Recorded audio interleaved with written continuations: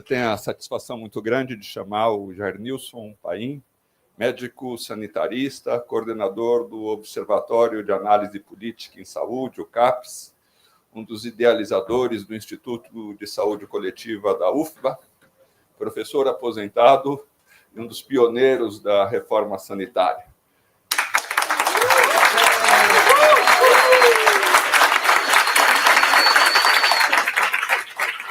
E de chamar também outro pioneiro da reforma sanitária, Gonzalo Vecina, médico sanitarista, fundador e ex-presidente da Anvisa, conselheiro da FESP e professor da Faculdade de Saúde Pública da USP.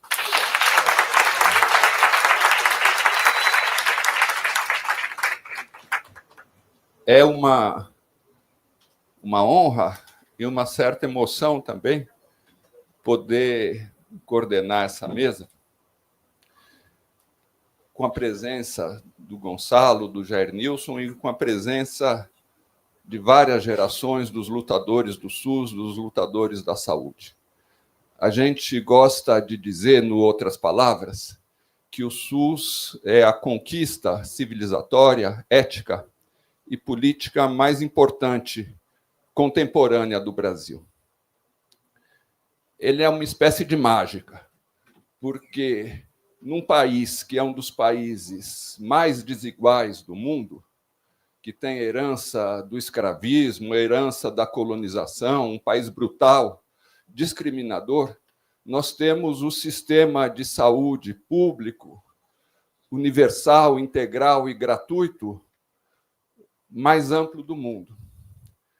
Um sistema que atende 210 milhões de brasileiros, que é o acolhimento único de 150 milhões de brasileiros, que outro dia, para nossa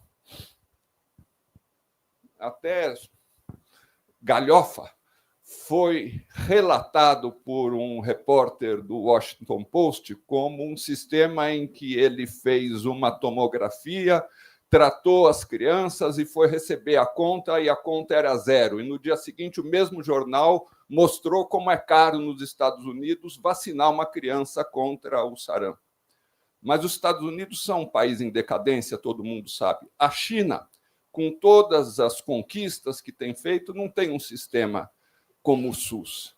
Então, nesse momento em que a gente precisa descobrir maneiras de reconstruir o Brasil, a gente tem que olhar para o SUS e tentar entender como é que foi possível essa mágica. Um país tão desigual, um sistema tão igual. Eu tenho duas hipóteses, a gente tem lá no Outras Palavras. Primeiro, é uma hipótese mais geral. Nós vivemos no Brasil num período que vai ainda da ditadura, do final dos anos 70, 74, 75, até a Constituição, um período de ascenso das lutas populares que tem raros paralelos no mundo nesse século. Talvez tenha sido o último grande ascenso, a última grande rebelião operária do século passado, junto com a Coreia do Sul, talvez. E esse movimento começa em 74, as eleições, 75, que a gente tem que comemorar daqui a pouco, a luta contra a morte do Herzog. Ele incorpora, a partir de 78, as lutas trabalhadoras e ele vai conquistando um conjunto de vitórias que está marcado até hoje na sociedade brasileira. Esse é um fator, mas tem um outro fator paralelo e esses dois personagens e outros, como Zé Rubem, são importantíssimos porque nesse caldo de cultura, desse ascenso de movimentos populares, de ascenso popular, se formou, pouco a pouco, um núcleo de pessoas que foi capaz de uma construção política ímpar. Não é comum acontecer isso, mesmo em momentos de ascenso dos movimentos sociais. Então, eles foram capazes de identificar uma demanda popular, eles foram capazes de dialogar com reflexões que havia em outros países. Está aí o Bassalha, está aí o Berlinguer. eles foram capazes de criar conceitos novos, está aí a medicina coletiva, a saúde coletiva. Eles foram capazes de dialogar com as prefeituras, de dialogar com os movimentos sociais, de dialogar com a própria institucionalidade, e eles foram capazes de criar uma coisa que essa maravilha excepcional que a gente tem no Brasil. Passados 35, 37 anos, o que a gente tem para fazer? A gente precisa resgatar o SUS e precisa adaptar o SUS para o século XXI. Eu não vou me atrever a falar nada a respeito diante de Gonçalo e de Jair Nilson. Mas eu me atrevo a falar uma outra coisa. Eu acho que a gente tem que susificar o Brasil, porque nós estamos numa encruzilhada. Nós estamos num país que regride há 40 anos desde o neoliberalismo. Nós estamos num país em que não existe mais aquela classe trabalhadora organizada, porque o capital foi capaz de utilizar a tecnologia para fragmentar os trabalhadores. Onde a gente tinha 40 mil operários numa fábrica, a gente tem 10 mil. Onde a gente tinha operários, a gente tem hoje trabalhadores do Uber. Totalmente diferente em termos de organização, de psicologia, de tudo. Mas eu acho que talvez essa invenção de vocês tenha muito a ver com as novas lutas para superar o capitalismo.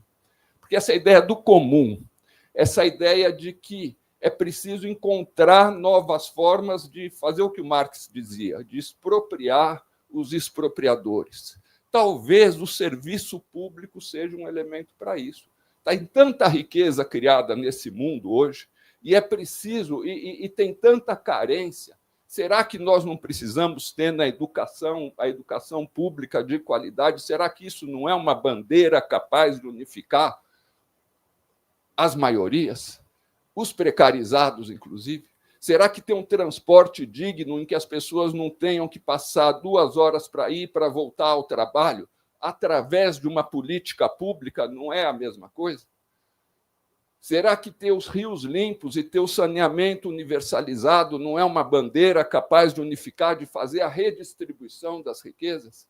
Será que o trabalho para isso, que muitos veem essas conquistas todas, mas vai gerar gasto fiscal? Gasto fiscal é uma oportunidade. Quantas pessoas poderiam estar trabalhando no SUS que estão subaproveitadas? Quantas pessoas poderiam estar trabalhando na educação pública que estão subaproveitadas? Quantas pessoas poderiam estar trabalhando num projeto de garantir o saneamento público para todo mundo e para despoluir os rios que são empesteados nas cidades brasileiras? Então, é muito emocionante estar aqui com vocês, porque não só por conta do SUS e do resgate do SUS, que vocês vão falar, mas pelo que isso significa, pelo que essa exceção maravilhosa significa para o Brasil e pelo que ela pode nos inspirar no resgate do país depois desses 40 anos de neoliberalismo e na construção de uma sociedade melhor. Eu passo aqui para o Gonçalo.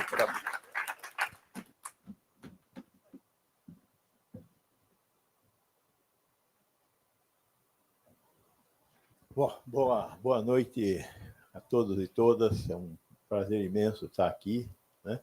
Uma responsabilidade muito grande estar ao lado do professor Jair Nilson, né? Que já tive a oportunidade de acompanhar em muitas ocasiões. E é preciso lembrar que Jair Nilson tem uma presença no SUS que é fundamental na história da saúde pública brasileira, né? E na produção intelectual também. Eu não tenho essa presença, mas, enfim, quem cometeu o erro de colocar eu ao lado do Jair Nilson não fui eu, né? Foi eu. Não sei se o Antônio teve algo a ver com isso, né? Mas o Biras, com certeza. Muito obrigado, de qualquer forma, né? Eu queria fazer algumas pequenas recuperações iniciais. Às vezes, a gente pode olhar para a história como um conjunto de soluços, né? Então, como explicar o que aconteceu em 2014 e depois de 2015 a 2022. Né? Foi um bruto de um soluço que nós vivemos e recuperamos esse tempo. Espero que a gente consiga controlar os próximos soluços. Né? Também eu acho que, quando a gente fala que nós começamos a construir o SUS na década de 70, é verdade que a década de 70 foi muito importante.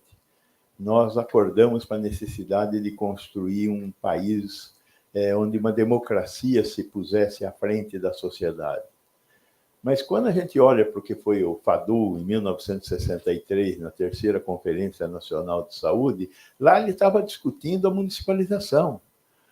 Então, eu posso olhar para 64 como sendo um outro soluço, que demorou um pouquinho mais de tempo, né? Mas que foi um soluço que nós temos que olhar para a história e notar que esse período que vem de 64 para frente, com todas as desgraças que nós tivemos que viver nesse tempo, foi muito importante para a construção da democracia brasileira. A construção da democracia brasileira começou nessa luta. A luta pelo SUS começou nessa luta pela construção da democracia. Hoje já foi mencionada aqui a importância da Zona Leste da cidade de São Paulo, a importância das comunidades eclesiais de base, a importância da luta por uma sociedade melhor. Acho que foi o Darim que falou que o SUS trouxe um monte de conquistas para o Brasil, entre as quais 20 anos de expectativa de vida a mais. É verdade, né? Nesses últimos 40 anos, nós ganhamos 20 anos de expectativa de vida, mas eu nunca consigo me esquecer de que eu moro no Alto da Lapa, e no Alto da Lapa a expectativa de vida ao nascer é 85 anos, e quem mora a 70 quilômetros da minha casa, nessa mesma cidade, em Cidade Tiradentes, tem uma expectativa de vida ao nascer de 65 anos. Quer dizer, esses 20 anos não chegaram lá em Cidade de Tiradentes. Então, a gente não pode esquecer que a gente construiu muita coisa e que o SUS é muito importante, mas que a desigualdade social continua sendo o desastre que nós temos que combater. Né?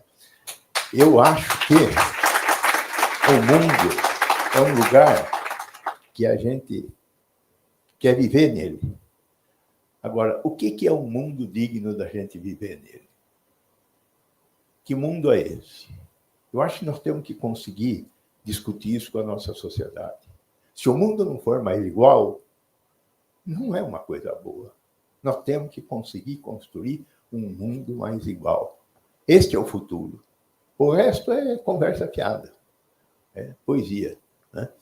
Este mundo mais igual pode ter a participação do SUS, pode ter a participação do sistema de saúde na construção do mundo mais igual? Sem dúvida, eu acredito que a saúde tem um lugar particular na construção desse futuro, desse mundo mais igual, desse Brasil mais igual. Mas é óbvio que todos os outros setores também têm. Não tem como construir esse mundo mais igual sem educação, sem segurança alimentar, sem seguridade social, sem distribuição da riqueza, antes do bolo crescer. Né? Tem que distribuir já. Essa é uma função importante da sociedade brasileira, que acorde para essa necessidade. E, nesse sentido, eu acho que, pelo que eu ouvi falar, eu não tive a oportunidade de assistir uma das falas da Cidinha hoje à tarde, que nós temos que reencantar a sociedade brasileira em relação ao SUS e em relação à construção de um país melhor. Então, olhando para todo esse conjunto de ideias, eu escrevi algumas coisas que eu imagino que nós deveríamos enfrentar para conseguir continuar caminhando com a construção do SUS. E é um pouco sobre essas coisas que eu vou me ater agora aqui nos minutos que tenho. Eu acho que uma questão fundamental na construção do SUS é o fortalecimento da estratégia da saúde da família e da atenção básica. Se nós não conseguirmos dar as respostas necessárias para o atendimento à saúde da população, através da estratégia da saúde da família, nós não vamos conseguir construir o resto. Não se trata de ter uma visão sequencialista da realidade, né? Mas a necessidade que nós temos de construir uma condição de enxergar essa população do ponto de vista de onde ela adoece e morre, que é onde ela mora, é fundamental. E nós temos nos distraído em relação a isso. A cidade de São Paulo não teve discutido, entre outras, né, não teve discutido nos últimos... Depois que a Marta saiu do governo, ela não teve discutida de novo essa questão da estratégia da saúde da família. Pelo contrário, nós criamos um desastre chamado AMA, que se transformou no governo federal em UPA. A AMA e a UPA ocupam um espaço que não tem ligação nem com a estratégia da saúde da família, nem com a atenção primária à saúde e nem com o secundário e terciário. É um desastre caríssimo e é um desastre que não resolve nenhum problema da sociedade brasileira. Então, nós deixamos isso acontecer na nossa cidade. Nossa cidade permitiu que nós deixássemos de discutir de maneira que é a atenção primária e a força da atenção primária na construção do sistema de saúde. Então, nós temos que recuperar esse espaço. Acho que, inclusive, neste momento, nós não estamos dando a força que deveria ser dada à expansão da primária através da estratégia da saúde da família. E, em fazendo isso, uma discussão que é fundamental, que vem a seguir, é a construção das regiões de saúde. Não dá para pensar a saúde no país olhando do jeito que nós estamos olhando, sem pensar na construção das regiões de saúde. Não dá para pensar na saúde na região metropolitana de São Paulo olhando para um município a município. São 39 municípios com 18 milhões de habitantes e com uma estrutura sanitária relativamente robusta, só que sem nenhum tipo de regramento no acesso. Se a gente não conseguir construir algum tipo de regramento para esse acesso dentro da estrutura da sociedade brasileira, nós não vamos conseguir resolver a questão do acesso. Existe um imenso problema na questão do acesso. Quanto tempo demora para tratar um câncer diagnosticado? Quanto tempo demora para diagnosticar um câncer? Quanto tempo demora para fazer uma cirurgia ortopédica de grande porte? Demora muito e nós não sabemos quanto tempo é, na verdade. Nós não temos nenhum controle sobre isso. É de uma incompetência imensa o que nós estamos fazendo no acesso ao secundário e ao terciário, apesar de termos conseguido montar a mesma coisa em relação aos transplantes. Os transplantes são um sucesso. 95% dos transplantes realizados no Brasil são realizados pelo SUS, apesar de 25% da população ter planos de saúde. Mas 95% dos transplantes são o SUS que faz, com um exemplo de como se organiza uma fila baseado em 2 critérios fundamentais: gravidade e ordem de chegada. Por que a gente não consegue utilizar essa mesma tecnologia para esses outros eventos tão importantes? E enquanto nós não conseguimos fazer isso, nós vamos ter muito pouca condição da própria sociedade se manifestar, porque não existe nenhuma regra em relação à questão do acesso. Dá para fazer? Dá para fazer. Temos tecnologia para fazer isso? Temos tecnologia para fazer isso. Qual é o componente mais importante que falta? Vontade política entre os municípios e os governos estaduais de construírem suas respectivas regiões de saúde e criarem um modelo de governança que atente para as necessidades políticas dos municípios e dos estados. É muito complexo isso? É complexo. Nós temos 5.650 municípios no Brasil. Desses 5.650 municípios, 600 municípios têm mais de 50 mil habitantes. Só 600 municípios têm mais de 50 mil habitantes. Só 103 municípios têm mais de 200 mil habitantes. Ou seja, a grande maioria dos municípios brasileiros são pequenos bairros das grandes cidades. Mas nós temos que aprender a trabalhar com essa realidade que é fundamental. O município é onde as pessoas moram. É o município que tem que ser respeitado. E nós temos conseguido construir o SUS olhando para o município, mas sem dar condição de acesso para esses procedimentos de complexidade mais alta, que demonstram a imensa desigualdade que nós temos no país. Nesse mesmo capítulo está o capítulo da incorporação de tecnologia. O SUS incorpora a tecnologia de uma maneira diferente que a assistência médica privada, o que é muito vergonhoso. Quer dizer, o dia que nós descobrimos que a Dilma Rousseff ia utilizar um medicamento que não tinha no SUS, esse medicamento só tinha dentro da assistência médica supletiva, foi uma imensa vergonha que nós passamos. Agora, tem um monte de condições dessas. 95% das cirurgias realizadas no SUS são cirurgias abertas. Quando que 95% das cirurgias realizadas no setor privado são cirurgias fechadas. Qual é a diferença entre uma cirurgia aberta e uma fechada? A maior parte da população não sabe, mas nós, profissionais de saúde, sabemos. A diferença entre uma cirurgia aberta e uma cirurgia fechada são 5 dias de internação. São a possibilidade de você ter uma infecção hospitalar, a possibilidade de você sofrer um evento adverso durante a internação, que não é fruto da má qualidade do serviço, é fruto da natureza, é uma obviedade isso. Então, o que nós temos que fazer para ter uma estrutura de acesso à tecnologia semelhante para toda a população brasileira?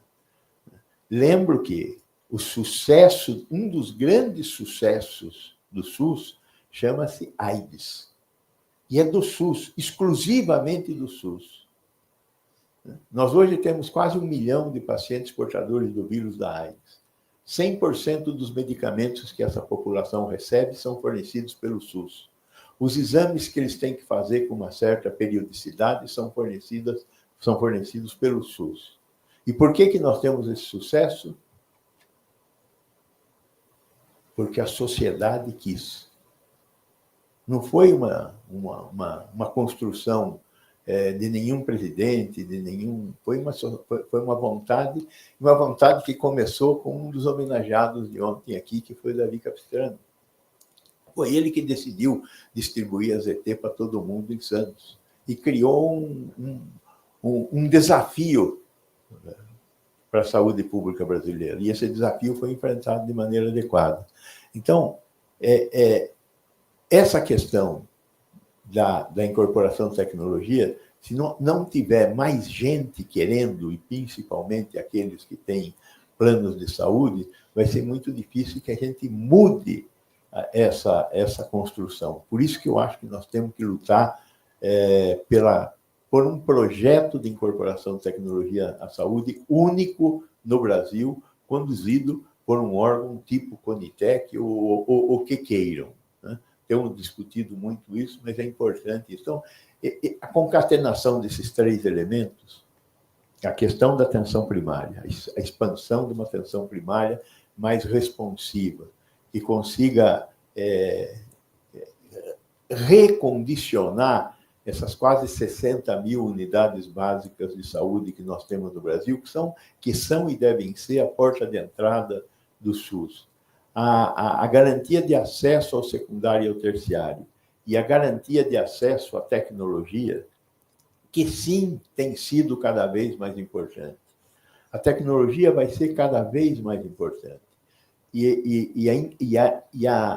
A capacidade de incorporar essas tecnologias, sim, serão cada vez mais a diferença entre viver e não viver, e viver com qualidade e viver com má qualidade. Então, essas 3 questões nós temos que garantir que se articulem. O SUS o novo, esse SUS que nós estamos repensando agora, está precisando desse caminhar. Segunda questão que é fundamental é a questão do financiamento. A questão do financiamento não tem dúvida que ela é importante. Nós gastamos pouco na saúde. Agora, qual é a chance de vir muito dinheiro a mais para a saúde? Nenhuma. Eu tenho a mais absoluta certeza que essa discussão sobre equilíbrio fiscal interessa para o pessoal da Faria Lima. Para nós não interessa. Eu não acho que você tenha que ter desequilíbrio fiscal para ter um SUS melhor. Mas não estamos falando de um SUS melhor, nós estamos falando de uma vida melhor. E a vida melhor exige que as outras funções funcionem também. Não existe torre de marfim numa sociedade moderna. Então, nós não vamos ter uma fantástica saúde pública com uma merda de educação. Não, nós precisamos conseguir melhorar tudo, não só a saúde. Então, a chance de financiar melhor a saúde é a chance da gente ter um Estado que distribui igualdade. E essa é a luta pela qual nós temos que travar. Um outro ponto que eu sei que tem muita gente interessada em ouvir eu falar sobre esse assunto é a questão da gestão, em que eu sou a extrema-direita dentro do movimento sanitário. Né? Mas eu acho que eu fui diretor de hospital público, fui diretor de hospital privado, fui secretário da saúde, ou seja, eu fiz. Eu não estou falando do que eu não fiz. Né? Gestão é mobilizar recursos para conseguir atingir objetivos. E o Estado, para mobilizar recursos, necessariamente utiliza a licitação e o concurso público, que são muito demorados. Essa é uma questão crítica na gestão. O tempo de demora para conseguir mobilizar recursos. A iniciativa privada consegue responder a essa questão. Ou uma alternativa é a gente repensar o artigo 37 da Constituição. O artigo 37 da Constituição, que é o artigo que discute a questão da gestão, contratação de pessoal, compra, essa questão toda, é um artigo que foi construído sob a égide de quem estava construindo uma resposta aos 25 anos de ditadura. E a égide da sombra dos 25 anos da ditadura levou a construir uma proposta de gestão que uma das coisas que fez foi destruir uma das soluções, que era uma das boas soluções que nós tínhamos, que eram as fundações estatais de direito privado, como muitas que existiam pelo Brasil inteiro, a FEMIG em Minas, a Fundação Caetano Munhoz da Rocha aqui no Paraná, várias secretarias estaduais de saúde pelo Brasil agora tinham fundações estatais de direito privado, o que dava uma agilidade muito grande para essas organizações. As alternativas que nós temos dentro do setor público também são muito boas. Veja, o Hospital de Clínicas da Universidade Federal de Porto Alegre é uma empresa pública desde que foi criado pelo ditador, em 1970, né? E funciona muito bem até hoje. Né? A EBSER, criada quase no estertor do governo Dilma, em 2013, também tem sido uma excelente solução para o que existia nos hospitais universitários federais, que eram as fundações de apoio. Né? Então, existem alternativas, mas nós temos que adotar essas alternativas para conseguir fazer com que a administração pública caminhe. As organizações sociais são uma alternativa? Nós estamos agora, neste momento, discutindo no Estado de São Paulo o que está acontecendo aqui na Fundação do ABC. Né? Ontem saiu uma foto na Folha de São Paulo, não sei se você teve a oportunidade de ver, de um monte de dinheiro, notas de 100 e 50, que foi pego na casa de um dos diretores da Fundação ABC. A Fundação ABC é uma fundação seríssima, tem uma boa universidade. Como é que faz? Como é que acontece um negócio desse? Acontece por falta de controle. Sempre que não existir falta de controle, existir muito dinheiro, vai ter alguém que roube.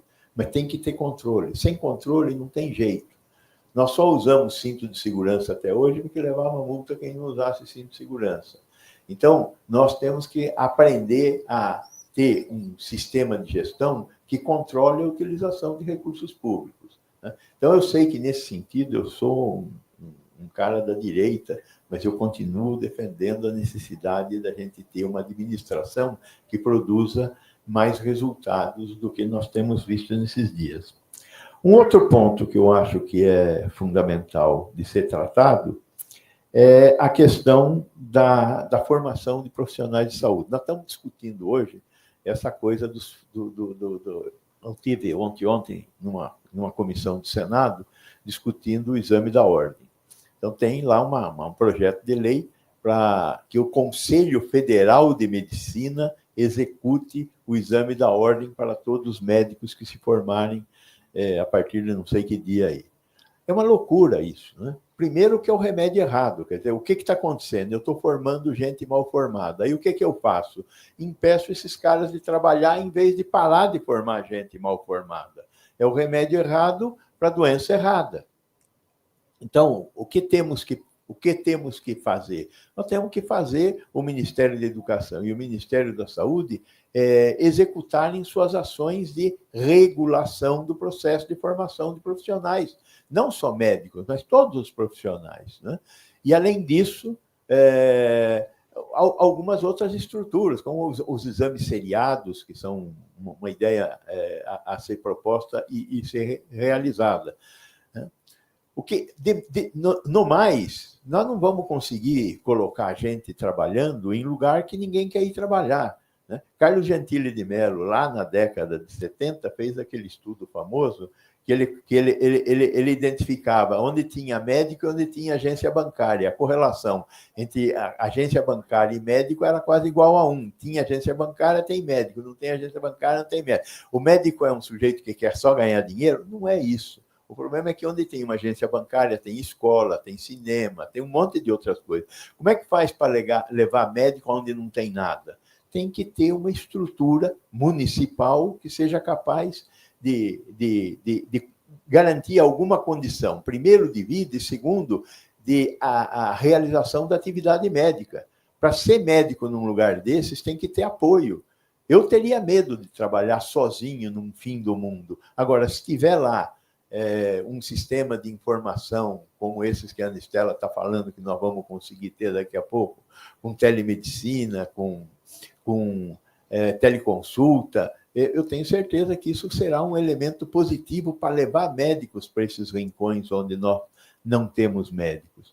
Agora, a outra transformação que nós temos que fazer é que o sistema de saúde tem que incorporar um projeto lá de 2004, que é o projeto da educação permanente. A educação permanente é a saída para a gente conseguir garantir que os médicos que vão ser mal formados tenham um projeto de construção educacional do conhecimento para que eles possam intervir na realidade. Então, essa é uma questão importante. O processo de educação permanente dos profissionais de saúde, que é uma responsabilidade do serviço, é uma responsabilidade municipal e estadual, principalmente, né? E um último ponto a mencionar foi um ponto que foi bastante discutido ontem pelo Temporão e pela diretora eu esqueci o nome dela, de Biomanguinhos, da Farmanguinhos, que é a Rosane. Né? Eu tive a oportunidade de assistir pelo YouTube a discussão de ontem. Nós temos todas as condições para caminhar. A condição mais importante que nós temos para caminhar é ter um mercado. Nós temos um mercadão de 210 milhões de habitantes. Não tem industrial que não babe na porta por ter um mercado de 210 milhões de habitantes. E nós temos. Então, como é que faz para desenvolver a nossa capacidade industrial? Não podemos fazer as bobagens que nós fizemos no passado recente. Nós tínhamos uma fábrica que produzia insulina que só tinha um freguês, que era o Ministério da Saúde. Essa fábrica tinha que participar de licitações para vender para o Ministério da Saúde. E para vender a insulina para o Ministério da Saúde, ela tinha que agregar no preço da insulina dela o imposto de importação para garantir a isonomia com as insulinas importadas de 3 detentores do mercado mundial. 3 mega fábricas no mercado municipal. A única coisa é que se uma fábrica dessas perdesse a venda no Brasil, perdia 2% do mercado mundial. Enquanto que, se a Biobras perdesse a licitação, ela fechava, porque não tinha para quem vender insulina. E o que aconteceu? A Biobras foi vendida para a Novo Nordisk. E o que a Novo Nordisk fez? Fechou a fábrica. Só. Então, para a gente ter uma indústria no Brasil, nós temos que ter uma política industrial. E essa política industrial tem que ter a capacidade de se movimentar no meio desses interesses pantagruélicos que o capital tem. Como é que nós vamos conseguir fazer isso? Essa pergunta tem que ser respondida. Existe. Nós vimos lá o Temporão falando das diversas iniciativas que já foram realizadas e das que estão em curso. Pois bem, nós temos que garantir que essas iniciativas ocorram. Acho que o BNDES tem feito um fantástico movimento no sentido de dar sentido à capacidade produtiva brasileira. Desculpa. Então, essa é uma questão importante. E, para finalizar, eu quero dizer da importância das coisas da Anistélia. O moderno, muito do que ela estava tentando, que ela trouxe ontem para falar conosco aqui, é fundamental que seja implementado. Agora, nós temos que jogar fora pelo menos uma ideia, a ideia de que tudo tem que ser igual.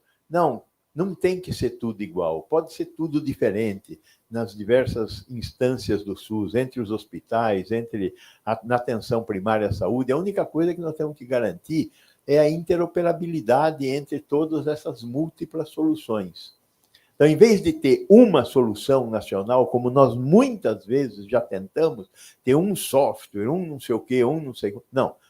Faça o que você quiser, onde você quiser. Só que tem que ter interoperabilidade. Todos têm que conversar com todos para que o cidadão seja olhado aonde quer que ele apareça para ser atendido.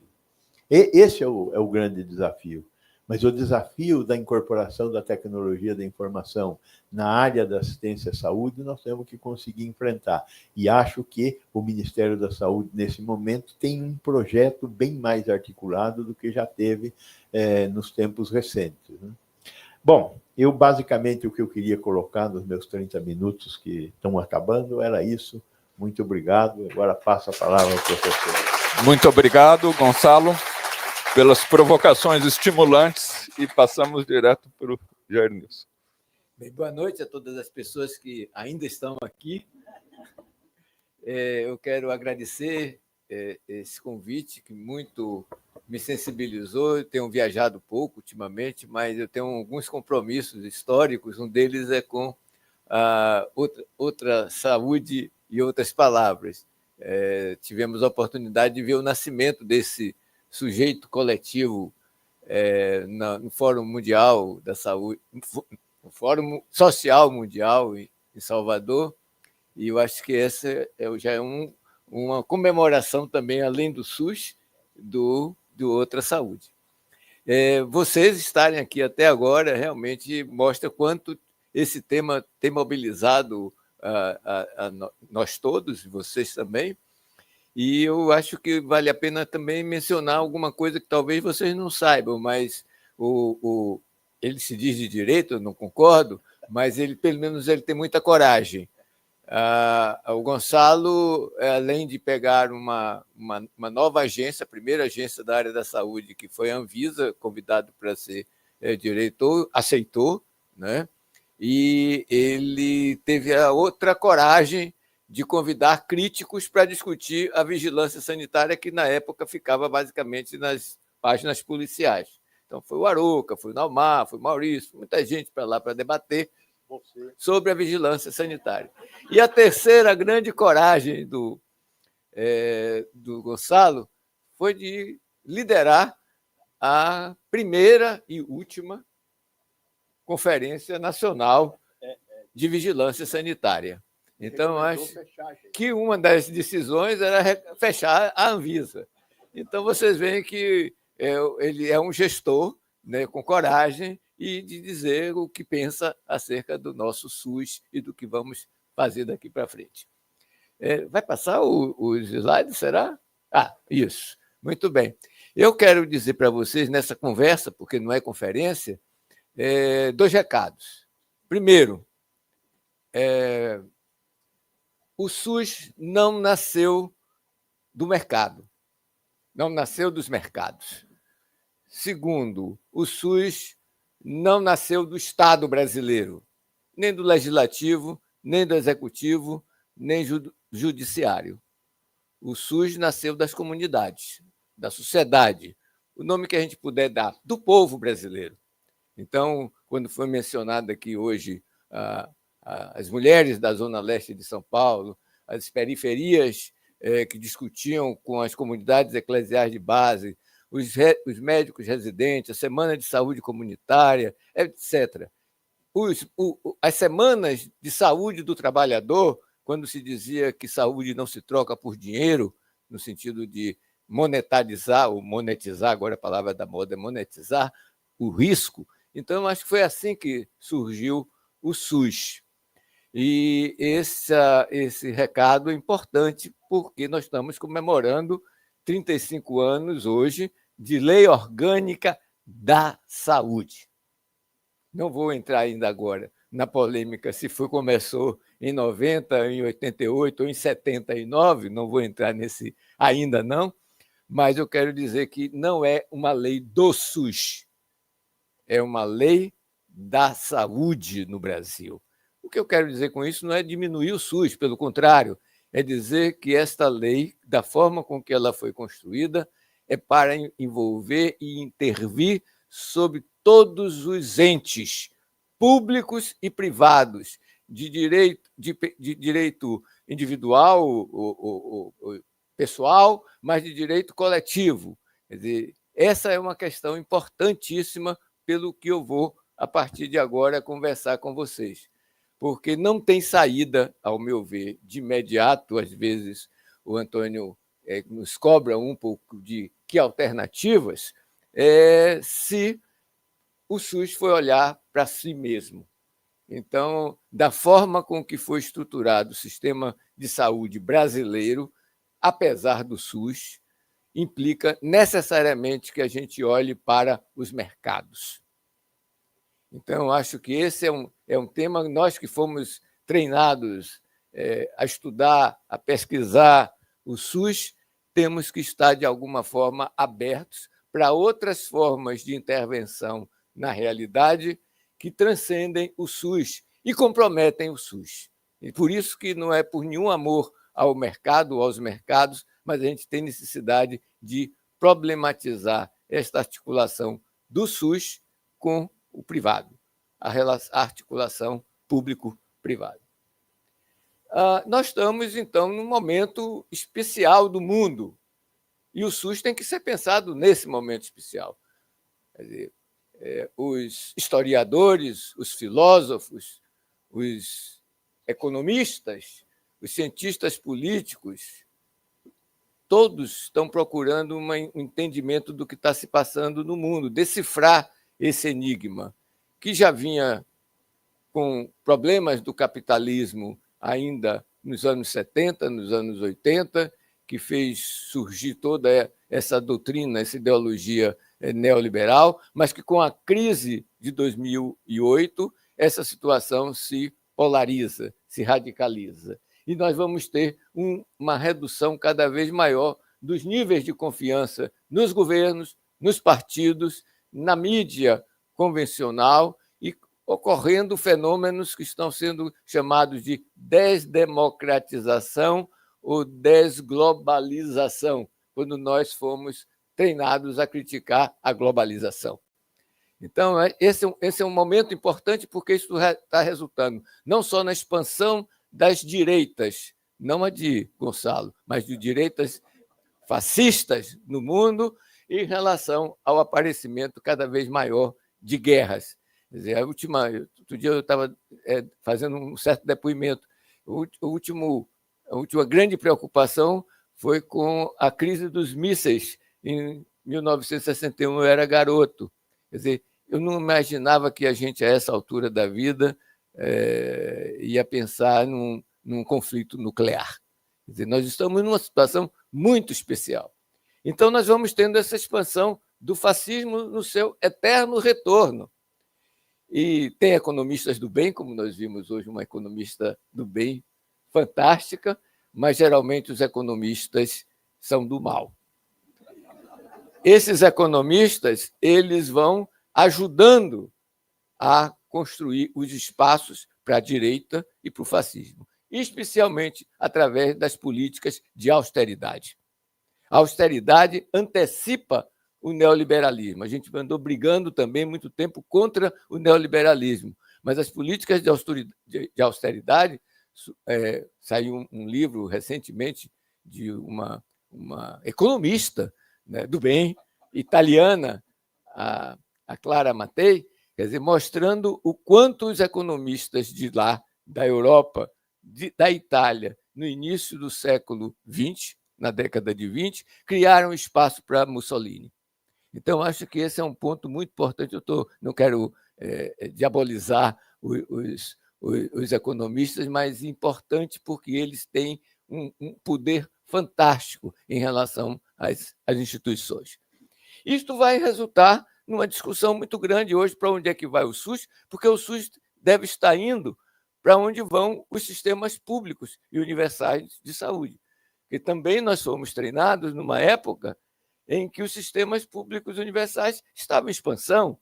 Os 30 anos gloriosos do capitalismo, depois da Segunda Guerra Mundial, até mais ou menos os anos 70. E a pergunta que sempre fica é se isso é normal dentro do capitalismo ou aqueles 30 anos eram pontos fora da curva.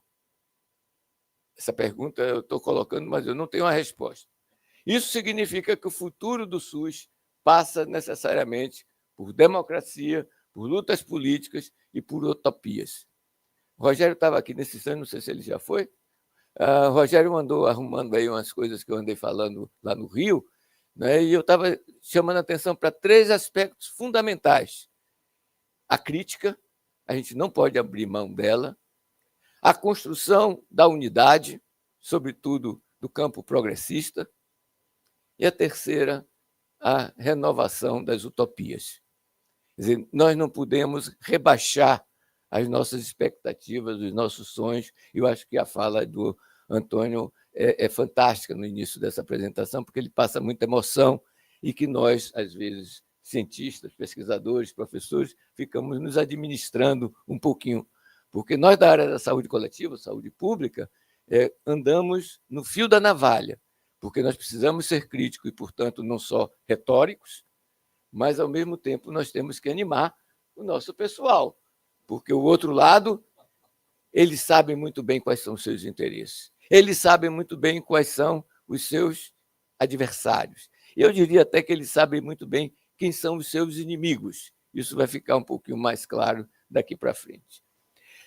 Então, portanto, defender e valorizar o SUS como vocês fazem no cotidiano, e nós estamos reiterando isso neste encontro, é fundamental, porque é uma das políticas mais democráticas, mais inclusivas, mais igualitárias. Não devemos ter medo de igualdade e exitosas. Apesar de o SUS, que nós vamos discutindo, ser cada vez mais distante daquele SUS que foi colocado na Constituição. Eu, quando exagero um pouquinho, eu digo que nós temos uma caricatura do SUS por referência ao SUS constitucional e ao SUS democrático construído pela reforma sanitária. Tem eu não gosto de ficar citando muito o autor, mas eu vou dizer mais ou menos que ele é um sociólogo famoso do século XX. Se vocês quiserem, depois eu digo a referência. Ele dizia que nós precisamos encarar, numa pesquisa de políticas, a amnésia da gênese. Geralmente, quando ocorre um fenômeno, nós ficamos, de alguma maneira, tempos depois, examinando o que restou do fenômeno. mas os possíveis mortos não vão sendo retomados. Eu acho que quando a gente diz hoje que a reforma sanitária brasileira gerou o SUS, mas ela não era para gerar somente o SUS. Era aquilo que o Arouca falava de uma totalidade de mudanças. E essa totalidade de mudanças nós não problematizamos mais, nem nos lembramos. O SUS e a reforma sanitária eram de um projeto de pessoas que acreditavam no bem comum, no interesse público, mais importante do que o interesse particular e o individual, que acreditavam na possibilidade de ter um bom viver. Então, eu acho que esses itens, que talvez hoje não façam mais sucesso, precisam ser revisados, porque fazem parte daqueles possíveis mortos. Bom, que o Pierre Bourdieu chamava atenção nos seus estudos. Então, eu acho que esses são pontos fundamentais para que a gente possa entender por que a própria mídia, que não é a revista Hades, que não é Outra Saúde, começa a fazer elogios em relação ao SUS. Eu pensei frases que foram construídas no jornal no final do ano passado, até o mês de março deste ano, a própria Folha de São Paulo dizendo que é o maior sistema público de saúde do mundo, e hoje, quando eu liguei a televisão de manhã, eu soube que hoje é o dia do SUS, numa rede de televisão que todos conhecem. Então, nós temos que ver o que é que está se passando para que tanta gente hoje defenda o SUS. Então, a gente tem que retomar por que é que se fez essa proposta. Porque aqueles desejos que estavam sendo colocados antes vão passar por todos esses processos, especialmente a questão da erosão do estado de bem-estar social e da ampliação daquilo que eu vou discutir um pouquinho mais à frente, me controla o tempo, Antônio, que é a financiarização da saúde. Quer dizer, a financiarização, o velho Marx falava do capital financeiro lá no tempo dele, mas ele estava colocando.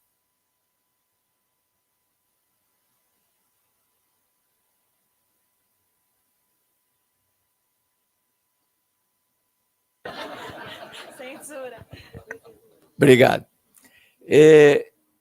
Este capital que foi se expandindo, especialmente na passagem do século XX para o século XXI, invadiu a saúde, invadiu o setor saúde, invadiu os sistemas públicos e universais de saúde.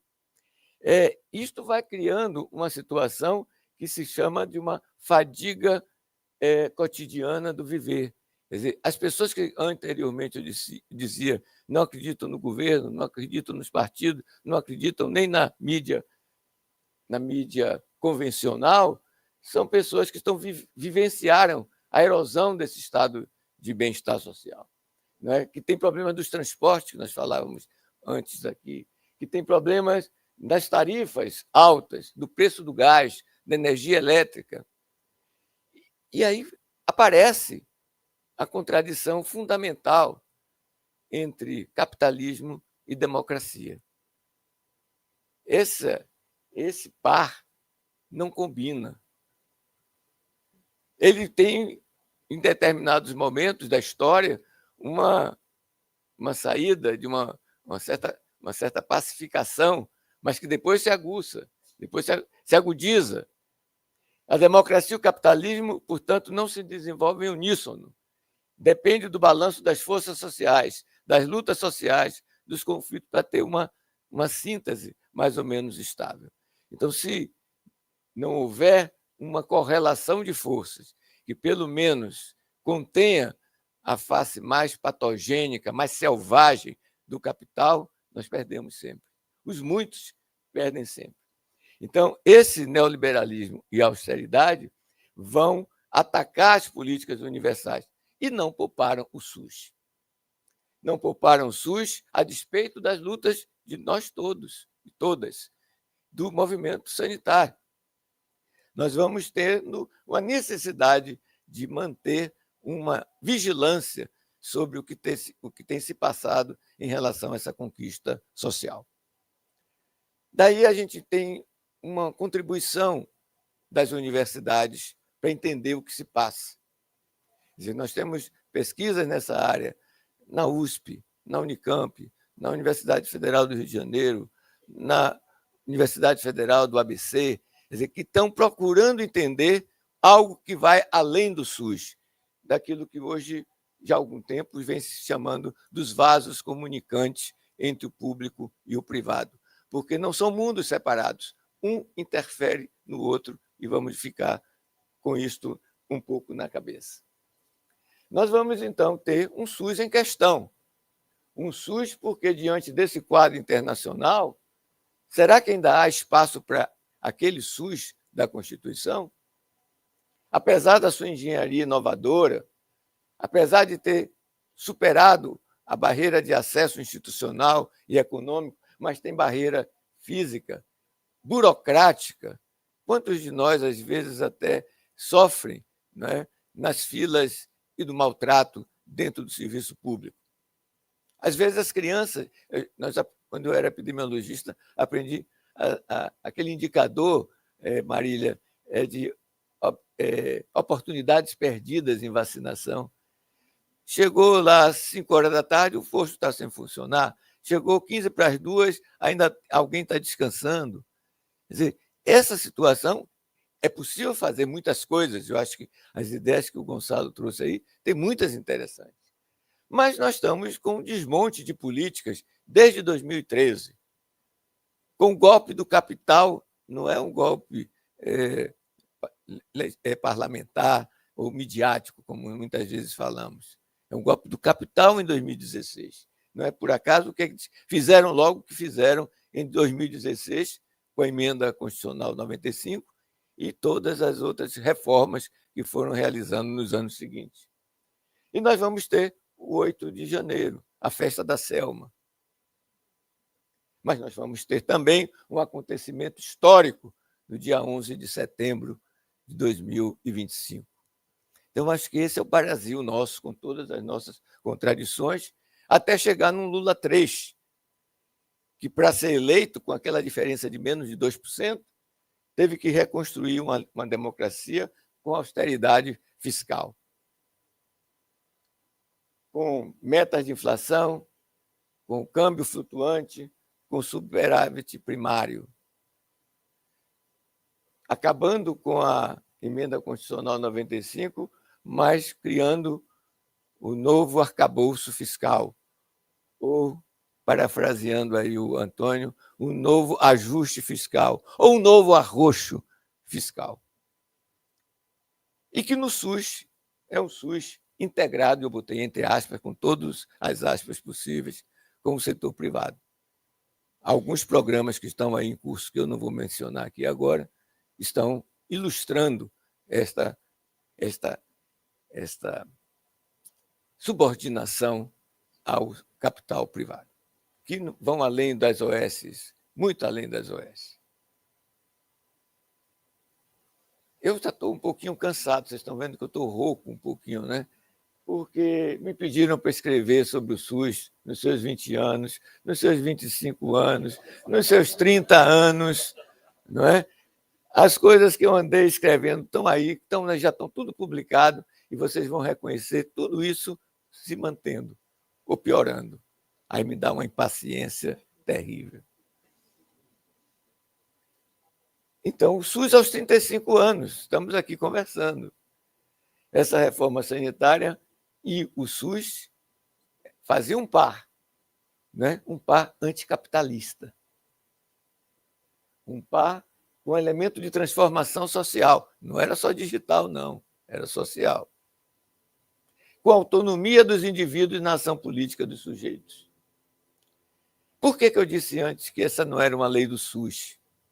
Porque no seu artigo 1º, eu vou ler com um certo cuidado, diz que esta lei regula em todo o território nacional as ações e serviços de saúde, executadas isolada ou conjuntamente, de caráter permanente ou eventual, por pessoas naturais ou jurídicas de direito público e privado. Então, tudo que diz respeito à saúde está dentro desta lei que nós estamos comemorando 35 anos hoje. Só que a gente abdicou, a gente tinha tanta tarefa para fazer pelo SUS que esqueceu tudo mais. E eles se soltaram. Gosto como eles avançaram.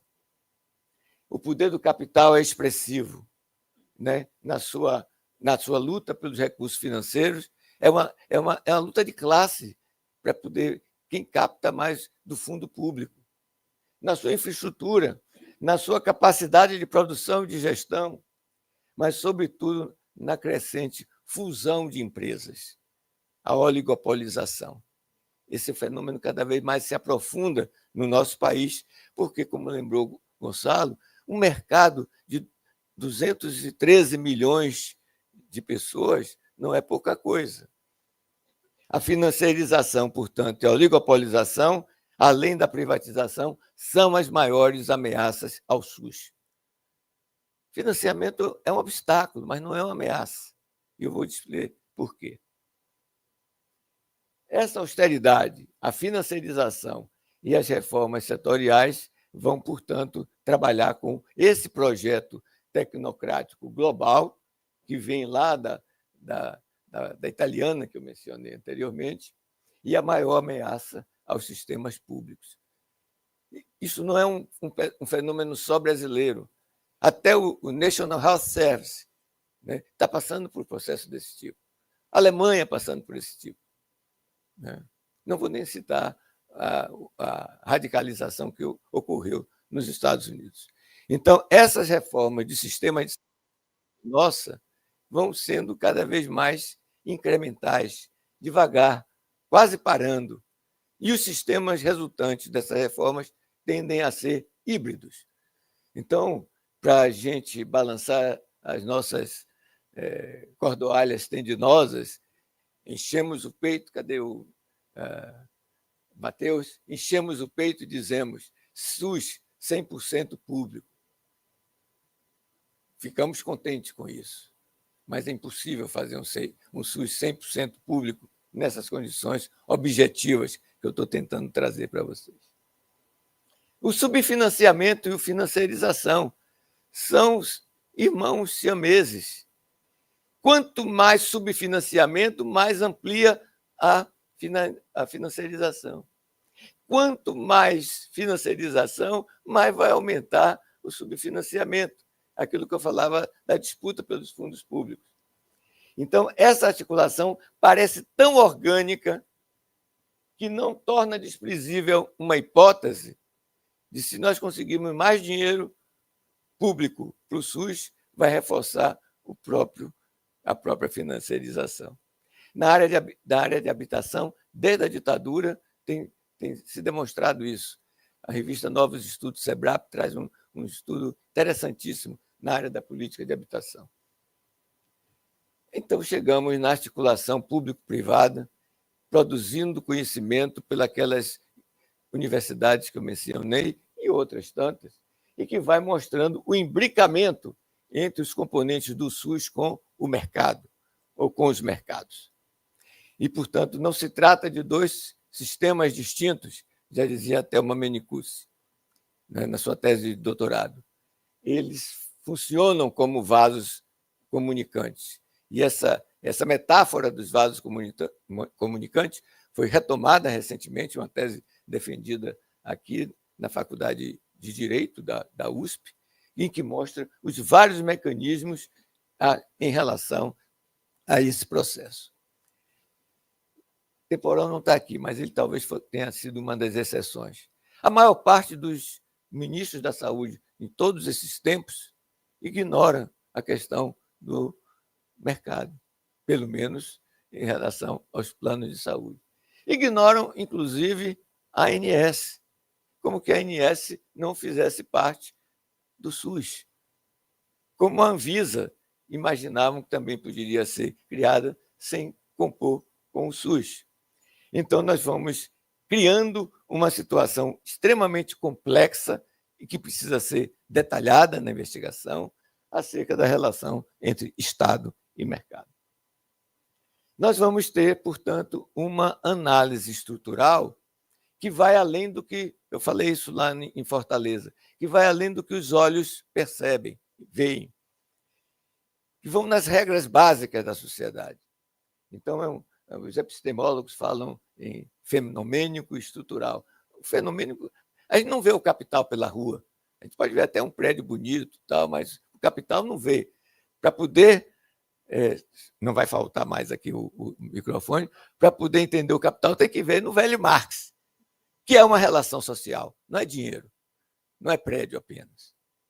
Então, essas empresas de intermediação, que foram muito investigadas entre 2000 e 2018, mudaram completamente o seu perfil nos últimos 5 anos. Quer dizer, a gente tinha... Aí o entusiasmo termina esquecendo da voz. Obrigado, Sônia. A gente falava que as operadoras estavam vendendo suas carteiras de clientes, né, na Bovespa, e em pouco tempo, sem criar um leito hospitalar, aumentava o seu patrimônio de 10 bilhões para 20 bilhões e tal, em cima das operadoras. Quem de vocês imaginava que uma rede de hospitais ia comprar uma grande operadora de seguro? Quem imaginava que ela ia pegar o maior percentual de uma administradora de benefícios? Quer dizer, o que se passou com esse fenômeno da financiarização nos últimos 5 anos, só agora a gente vai se dando conta do crescimento, está criando 2 grandes polos. Um de uma rede de hospitais, vocês já sabem qual é, que vai pegar, ou está pegando, a classe média alta e os ricos. E uma outra que foi ampliando para pegar a classe média baixa e os pobres, que vão ter acesso aos planos populares, aos planos acessíveis. O que vai restar ao SUS, se esta lógica continuar, sem freios, sem controles, é atender os mais miseráveis entre os pobres. E os mais miseráveis entre os pobres, me dói dizer isso, para a classe dominante brasileira, qualquer coisa serve. Então, é este SUS pobre para pobres que a gente tem que recusar. Por isso que a gente precisa discutir sempre que tipo de SUS eles estão defendendo, porque seguramente não é o da Constituição, muito menos o da reforma sanitária. Então, essa divisão de clientelas vai se expressando nos fenômenos da verticalização e da horizontalização pela monopolização. Eu não inventei nada. Isso aqui é resultado de leituras das teses de doutorado que são produzidas na área de saúde coletiva e do direito. O Tiago está aí. Nós criamos uma coisa chamada IDISA, que é um sujeito coletivo fundamental. Nós estamos ampliando o espaço da saúde para além da saúde pública e da saúde coletiva. Porque as leis, eu não entendo muito de leis, mas elas não são condições suficientes para mudar as coisas. Mas sem as leis vai ficar muito mais difícil mudar as coisas. É muito mais fácil fazer retrocesso. O pessoal do MST muitas vezes dizem que nós, do movimento sanitário, temos uma visão inocente do direito. A gente quer que cumpra as leis. E quando os grupos mais, vamos dizer assim, mais inseridos nas mudanças, na transformação social, querem ir contra as leis, para poder fazer outras leis que justifiquem o atendimento dos que foram excluídos. Então, nesse particular, nós vamos precisar cada vez mais de organização política. Quais são os desafios? Estão lá na fala do Antônio. Sem organização política, vai ser muito difícil os muitos ganharem para os poucos, porque os poucos, como eu dizia antes, sabem muito bem quais são os seus interesses. Os muitos, nem sempre. E, por isso, vamos revitalizar o movimento da reforma sanitária, olhando que ela foi, no período mais inóspito possível, criou a Frente pela Vida, que hoje é um outro ator fundamental no processo político de saúde. Não é para você ficar contente, não, mas entre os novos sujeitos há outra saúde. Quer dizer, esse poder de mobilização dessa turma, né? Os meninos que seguram aí a onda, Gabriela, antes Maíra, e aí toda a equipe, que eu ainda não gravei o nome de todos, quer dizer, hoje está fazendo história com esses 2 dias de trabalho aqui que estamos realizando. Então, esta praxe democrática, que tenha território, que tenha compromissos pactuados pelos muitos, vão permitir que conquistas cheguem ao Brasil também, como chegaram no México, como chegaram no Uruguai, como eu estou torcendo para que tenham sucesso no Chile. O digital é fundamental para divulgar, mas pessoas precisam do afeto, dos olhos nos olhos, da conversa, da visita no território, de pessoa a pessoa se comunicando casa por casa. Essa foi essa experiência desses países que eu estou mencionando aqui. Nós não vamos poder resolver, comemorar os 45 anos de um grande partido sem saber o que é que se afastou das bases da sociedade brasileira, diferentemente daqueles anos 77, 78, foi mencionado por Antônio. Concluindo, portanto, não é possível comemorar os 35 anos do SUS ignorando a sua conexão com os mercados. Não é que eu goste de mercado, mas eles estão aí. A gente precisa entender como é que eles funcionam. E uma articulação público-privada espúria, parasitária, predatória para os interesses do SUS.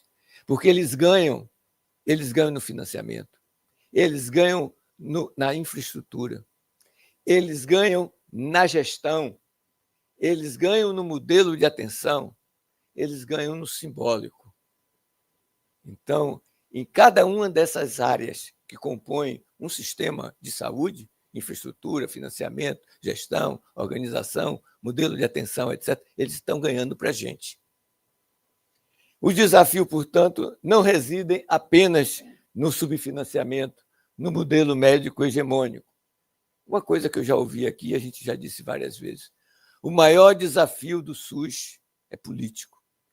Para poder enfrentar desigualdades, para poder enfrentar a questão da relação público-privada, para poder mudar a concepção de saúde, isso é uma questão política fundamental. Precisa de ter ampliação das suas bases sociais, das suas bases políticas. Os americanos, hoje, durante esse evento, eu fiquei ouvindo muita fala das colegas e dos colegas. Então, a palavra desafio surgiu muito. A gente precisa corrigir um pouquinho isso, porque os americanos não gostam de falar em problema. Eles falam em desafio, challenges. Nós temos problemas, sim. Temos obstáculos, sim. Temos impasses, sim. A questão dos médicos mesmo que foi colocada aqui. Mas nós temos um desafio que é fundamental, que é o desafio político. Porque a luta entre os poucos, que poderiam ser considerados a verdadeira classe, vai ter que enfrentar os interesses dos muitos. Somos nós. Os professores, os pesquisadores, os trabalhadores, os artistas, os intelectuais, o povão, nós somos os muitos. E quanto mais a gente continua na apatia, discutindo necessidades e diferenças que muitas vezes são superáveis, nós estamos dando mais espaço para aqueles que efetivamente mandam, continuem a mandar. Gente, muito obrigado.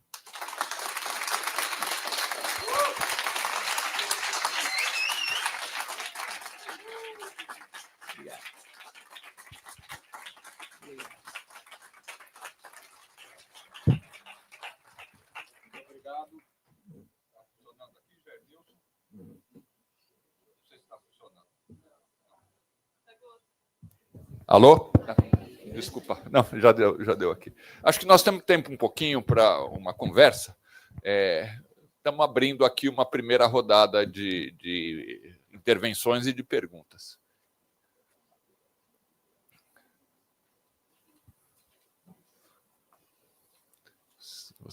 Primeiro ele lá. Você primeiro, depois o Sérgio. Umas 3 e depois vocês respondem, né?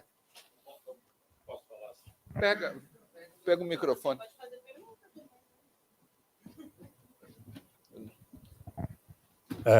Muito obrigado. Meu nome é Sérgio Nicoletti, eu sou médico, fiz carreira acadêmica na Escola Paulista de Medicina, me tornei docente no departamento de ortopedia, não briguem comigo, da Escola Paulista de Medicina até 2006, e depois de 2006, já prevendo, eu sou um exemplo de que tem um mal-entendido quando se fala que o especialista médico é um sujeito que não tem, acaba não tendo a visão do contexto político, do contexto social da medicina.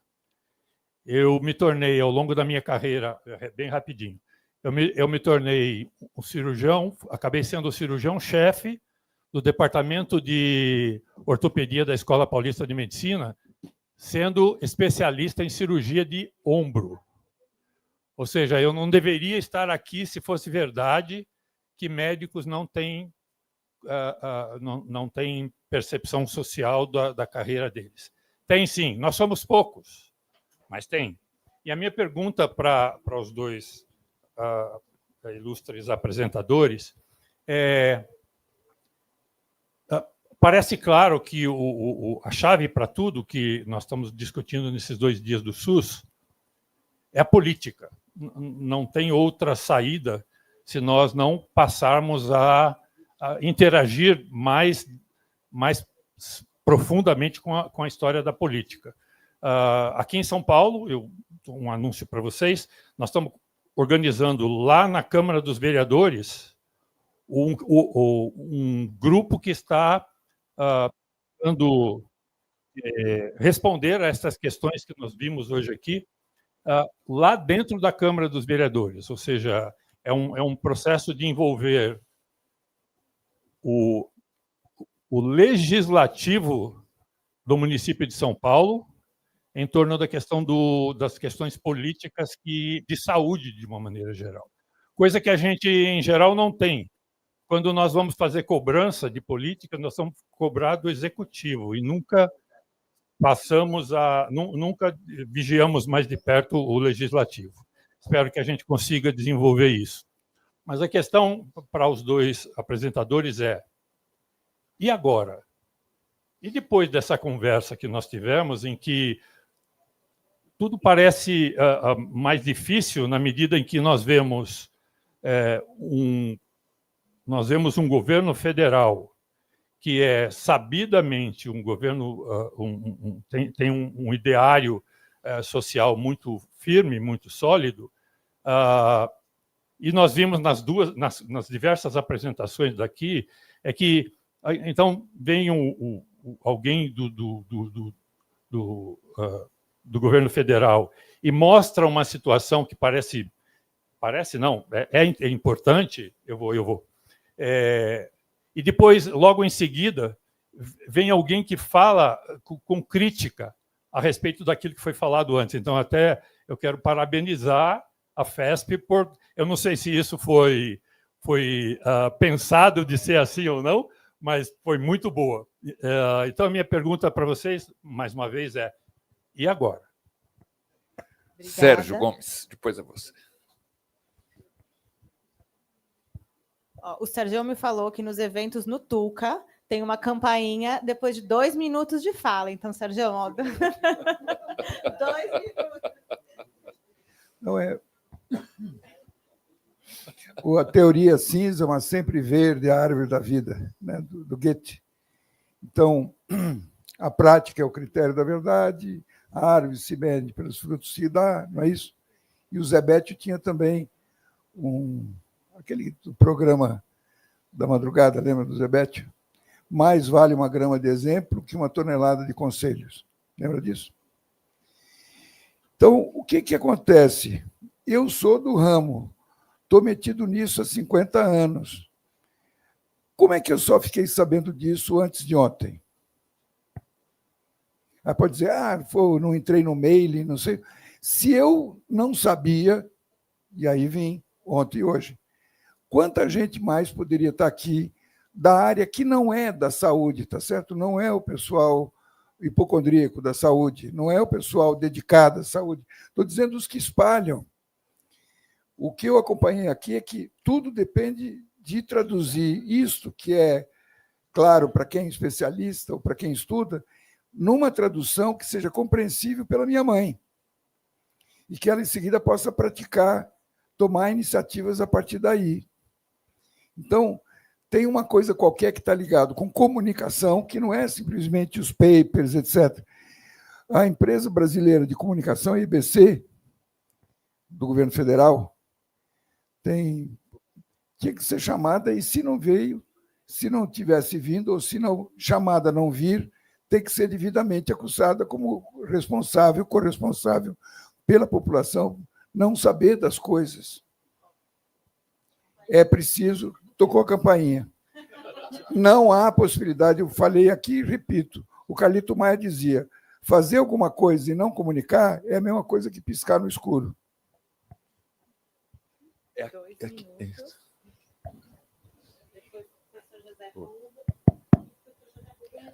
Eu sou...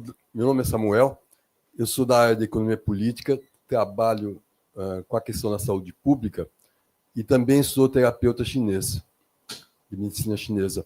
E pode ser utópico, mas eu acho que o grande trunfo do SUS, para mim, é tratar as pessoas como gente.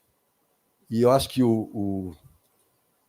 a medicina privada, tanto out of pocket como os planos de saúde, eles tratam as pessoas como cifrão.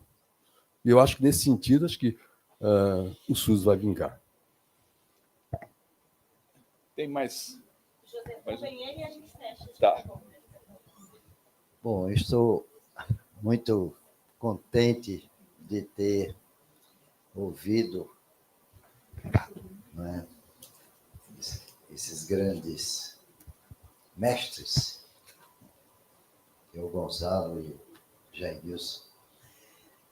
Eu não tenho exatamente nenhuma questão para apresentar a vocês, mas eu gostaria de mencionar uma coisa que eu li, né, há muito tempo, que é um sanitarista que dizia o seguinte: a praxe sanitária tinha por base, em primeiro lugar, quer dizer, a praxe sanitária, digamos assim, mais real, mais verdadeira, tinha por base, em primeiro lugar, a luta política, a luta social, a luta cultural, a luta de ideias, e menos o trabalho técnico especializado. Por melhor que ele seja.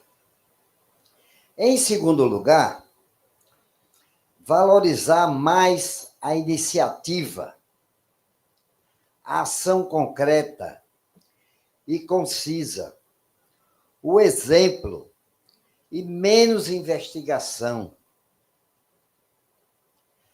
inquérito, plano, programa, exposição de motivos.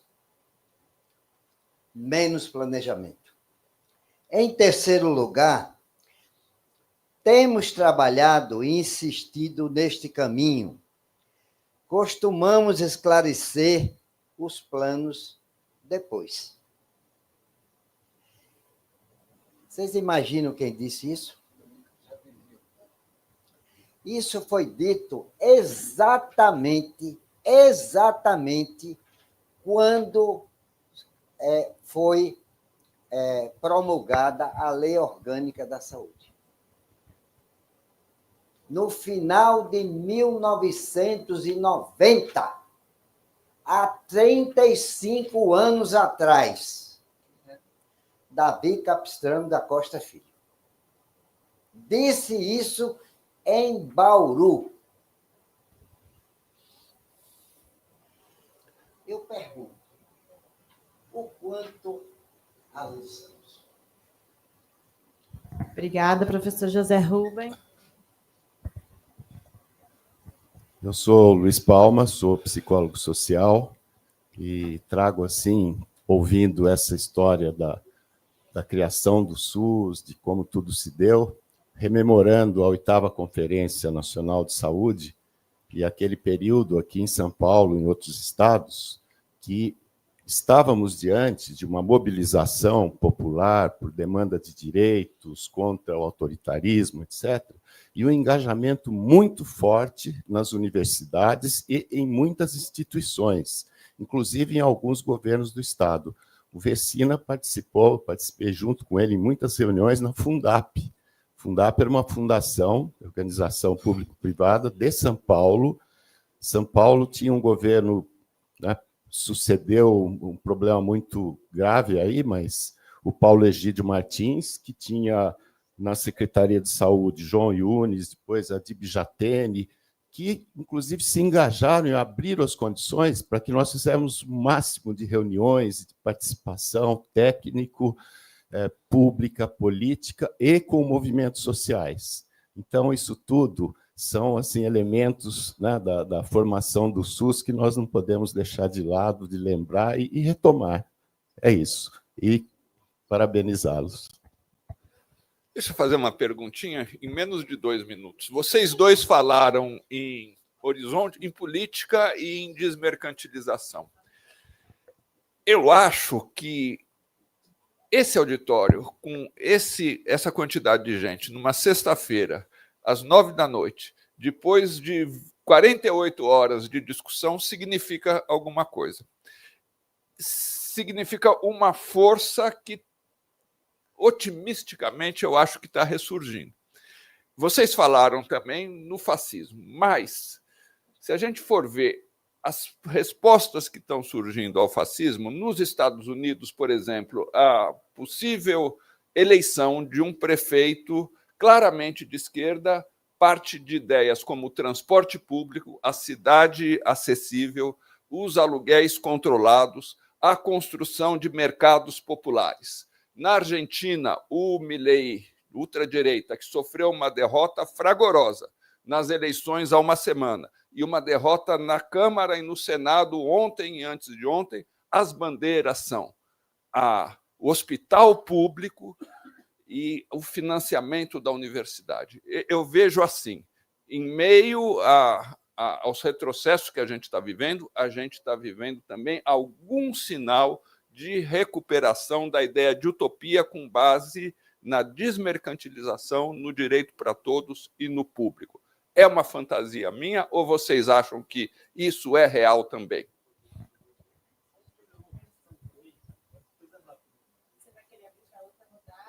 Como é que vocês... A última, então, 2 minutos. Tá bom. Tá bom. Uma coisa rápida, assim. Eu, só para me opor aqui, eu não acredito na desmercantilização rápido, papum. Coisa assim, eu sou um pouco mais pessimista. Eu queria jogar também para vocês aqui o meu pessimismo. Sim, eu queria jogar meu pessimismo. 2 minutos, conta.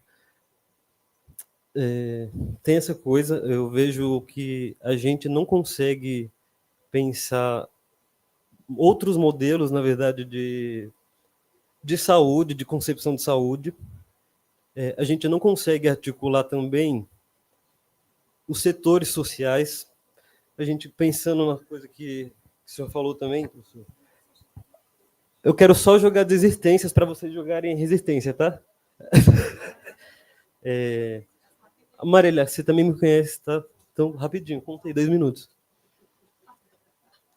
Por exemplo, as coisas digitais, esses modelos digitais, por exemplo, eu vejo que a gente não consegue ganhar essa batalha cultural, por exemplo, do ponto de vista sanitário, apesar da gente tentar muito.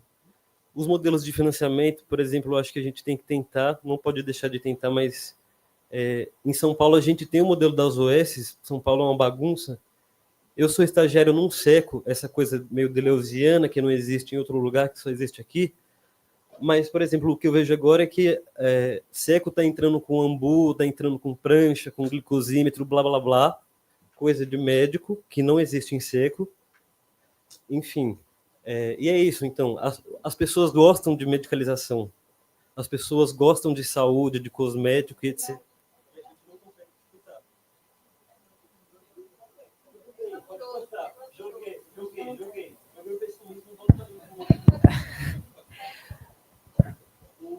Passamos então para Gonçalo Tiverdeus.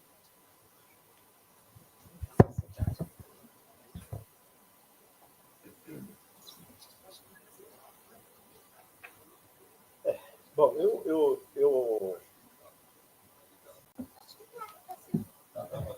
eu entendi algumas das perguntas, são importantes. Eu acho que ele vai e volta, desligou de novo. Mas o Sérgio pergunta, e agora, né?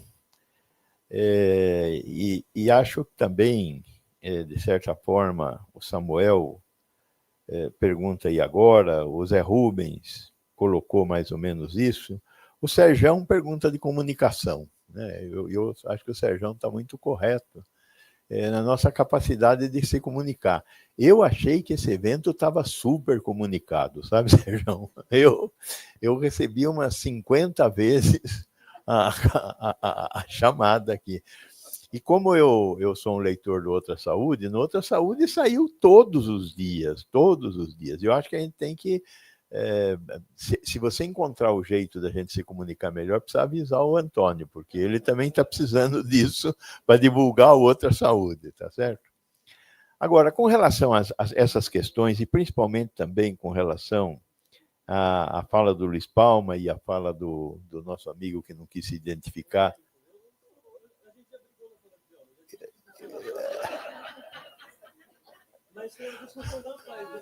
Foi na paz. Então foi na paz, é por isso que eu não lembro, eu só lembro das brigas é teórico. Mas então o Wellington foi meu aluno, vejam só vocês. Mas é um pessimista, o que eu acho que eu falhei totalmente dando aula para ele, né? Porque eu sou um otimista. Mas o que eu queria colocar, assim, 2 coisas. Primeiro, o que Jair Nilson colocou é uma verdade muito difícil de combater, né? Nós vamos ter que nos munir de toda a quantidade de utopia que nós formos capazes de carregar, porque a única saída nesse momento é a ideia de utopia que foi colocada lá pelo nosso filósofo uruguaio, o Eduardo Galeano, que vai, olha, as veias abertas da América. A coisa é a seguinte, a utopia serve para caminhar. Nesse sentido, a pergunta que foi feita, nós caminhamos. Esses 35 anos foram de caminhos. Eu não tenho dúvida disso.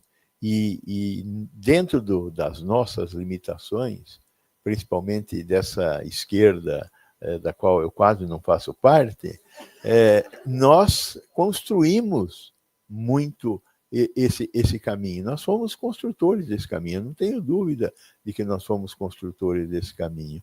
Eu me senti construindo esses caminhos. Agora, não é suficiente, nós não conseguimos fazer o suficiente. O que o Jair Nilson trouxe foi o tamanho da tarefa que nós temos pela frente para construir uma sociedade melhor, que é uma sociedade mais igual. Como fazer para construir uma sociedade mais igual tendo pela frente esse processo de financiarização da sociedade que nós estamos vivendo? Como nós vamos conseguir enfrentar o desastre climático que nós estamos construindo se nós não formos capazes de distribuir o que existe e não o que existirá? Porque o que esse pessoal da Faria Lima quer é que a gente distribua o que existirá, que sempre eles vão estar no primeiro lugar da fila para receber. Nós temos um processo de produção de riqueza que conduz essa riqueza para quem já está rico. O mundo hoje tem um PIB global de algo em torno de 70 trilhões de dólares. Se nós, a partir de hoje, pararmos de distribuir de acordo com a capacidade de pegar esse dinheiro e falar, bom, a partir de hoje nós vamos distribuir tudo igualmente, todo mundo vai receber igual a partir de hoje. E dentro de 30 anos nós vamos ter sociedades iguais. Para conseguir fazer essa equação funcionar, nós precisaríamos multiplicar por 5 o PIB atual. A Terra aguenta produzir 5 vezes mais do que está produzindo hoje? Não. Então, isso não é uma alternativa. A única alternativa que o futuro nos reserva nesta Terra, para ser uma Terra habitável, é que a gente consiga distribuir a riqueza hoje. Como isso vai ser feito? Essa é uma utopia a ser enfrentada. E ser enfrentada como? Politicamente. Eu não vejo outra saída. E, para isso, nós temos que ter a concepção do que fazer. Nós temos que ter a concepção de como construir essa utopia. Essas são as minhas tentativas de resposta.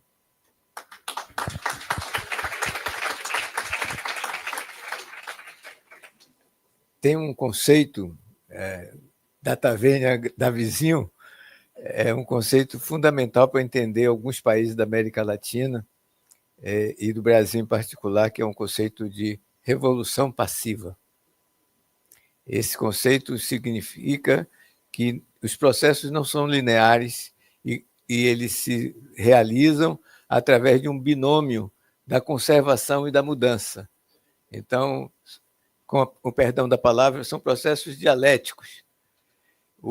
Se nós tomamos conhecimento de que a história do Brasil passa por esse processo, conservação, mudança, mudança, conservação, muito mais conservação do que mudança ou transformação, é papel dos atores ou dos sujeitos alterar, intervir, atuar sobre esse binômio, no sentido de fortalecer o polo da mudança, mesmo que não seja aquela transformação que você imaginava, para que o resultado desse binômio seja menos conservador do que se tivesse a omissão desse sujeito. Isso é o que um cientista político brasileiro chamava do portador da antítese, né? Então, esse é uma responsabilidade desse portador tensionar esse binômio, apostando, portanto, no polo da transformação. E agora, José, a festa não acabou, né? O povo não sumiu. O povo pode estar até meio devagar, quase parando, ou tão decepcionado, porque aquilo que nós prometemos não cumprimos, quanto faz voltar na direita quanto na esquerda, o ajuste fiscal é o mesmo. Essa aqui é a questão que está sendo colocada, que não é pessimismo nem otimismo, é análise concreta de uma situação concreta. Gilberto Gil, vocês vão me permitir citar um baiano, ele disse em uma das entrevistas dele mais brilhantes que pessimismo é quem quer o péssimo. Seguramente você não quer o péssimo, não é? Então, o agora e o aqui agora tem a ver com iniciar processos.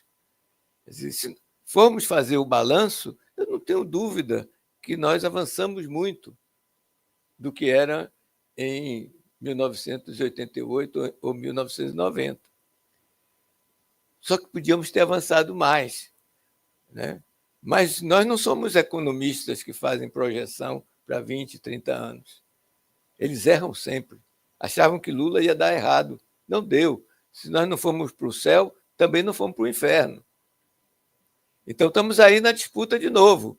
Precisamos ter senadores que se comprometam com essas teses que nós estamos discutindo no próximo ano. Deputados também. Então, eu estava falando com a Nicolete que nós aprendemos com uma figura fantástica chamada Chicão, de Montes Claros. Você conheceu também, Francisco Campos. Que o importante não é ter uma imagem objetiva clara, é iniciar processos. Mesmo que não deem nada, mas iniciar processos. Eu acho que esses 2 dias aqui, com tanta gente, até 9 horas da noite dessa sexta, aturando uma pessoa rouca, velha e tal, é porque os processos estão aí. Um abraço, gente. Obrigado pelo carinho. Viu? Obrigado, Jair Nilson. Obrigado, Gonçalo. Uma salva de palmas para a nossa reunião aqui.